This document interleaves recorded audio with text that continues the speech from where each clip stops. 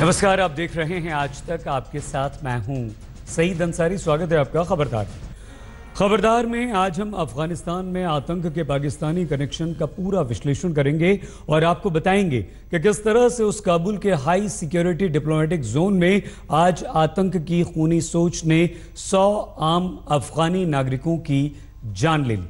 जो इलाका शायद इस दुनिया के सबसे कलाबंद सुरक्षित इलाकों में से है, जहां दुनिया के हर बड़े देश के दूतावास हैं। कोई भी गाड़ी, कोई भी इंसान बिना चेकिंग के इस इलाके के अंदर नहीं जा सकता। लेकिन इसी इलाके में आतंकवादी विस्फोटकों से भरे वाटर टैंकर को ले जाकर उड़ा देने में कामयाब रहे, जिसमें 100 लोग मारे गए, 300 से ज्यादा घायल हो गए।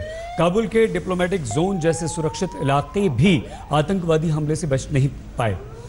और जब तक इस आतंकवाद को पैसे और पनाह देने वाले और समर्थन करने वालों को ध्वस्त करने वाला जवाब नहीं दिया जाता, सिर्फ निंदा करने से काम बिल्कुल नहीं चलेगा। एक्शन लेना होगा। ये किसी से छुपा नहीं है कि भारत और अफगानिस्तान में जो आतंक फैलाते हैं उन्हें पाकिस्तान से ट्रेनिंग और मदद मिलती है। अब सवाल यही है कि क्या दुनिया आतंकवाद फैलाने वालों को समर्थन देने वाले पाकिस्तान पर जमीनी एक्शन लेगी?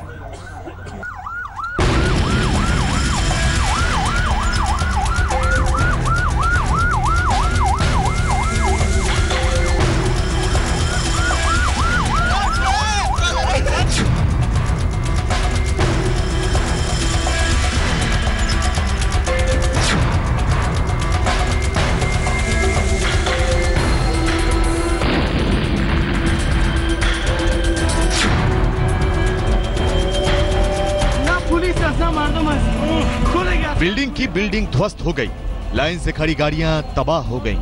ये वीडियो देखकर कौन कह सकता है कि ये अफगानिस्तान के काबुल की सबसे सुरक्षित, सबसे चमकदार, सबसे हाई प्रोफाइल, सबसे कामकाजी जगह हो सकती है।